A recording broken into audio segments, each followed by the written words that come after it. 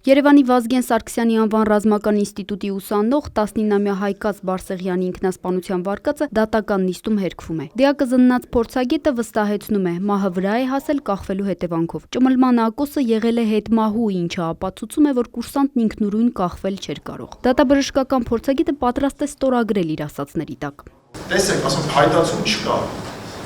Առավել, եթե փայտացում ուներ, արդեն բերանը բաց չէր կարող, լեզուն դուրս չէր գա։ Դա խոսում է այն մասին, որ կախումը եղել է այն ժամանակ, երբ որ դիակի մոտ դեռ փայտացման նշանները ի հայտ չեն եկել։ Բերանը եղել է բաց, օղը սեղմել է, օղը սեղմում է լեզվին, բարձանում է հետ, լեզուն արտանքում է, դուրս է հայտ։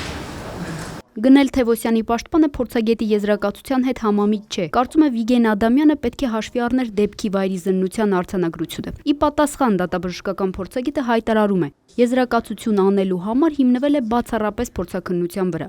Անգամ եթե կինոյով ցույց տային կամերայով այդ դեպքը ոնց է եղել, միևնույն է ես հիմնվելու էի դիակի դատաբժշկական փորձաքննության հայտնաբերված տվյալների վրա։ Այսօր կասեն սենց է, վաղը կասեն նենց է։ Դա ինձ շատ կներեք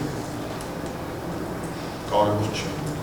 Մեղադրյալ Գնել Թևոսյանի պաշտպան Արա Զաքարյանը հայտարարում է, դատաբժշկական փորձագետի եզրակացությունը օբյեկտիվ չէ, պահանջելու է դատաբժշկական կրկնակի փորձաքննություն։ Եթե փորձագետը եզրակացություն է տվել այն մասին, որ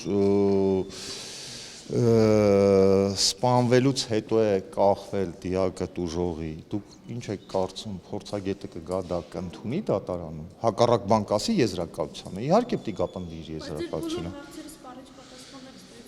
Սպառիչ պատասխաններ ստացա, բայց ձեր կարծիքով, իմ կարծիքով պատասխանների մի մասը դա չի կարելի համարել սպառիչ եւ տեսությանն է հակասում բժշկության եւ ես բոլոր դեպքերում այն կարծիք եմ, որ այդ եզրակացությունը օբյեկտիվ եզրակացություն չէ։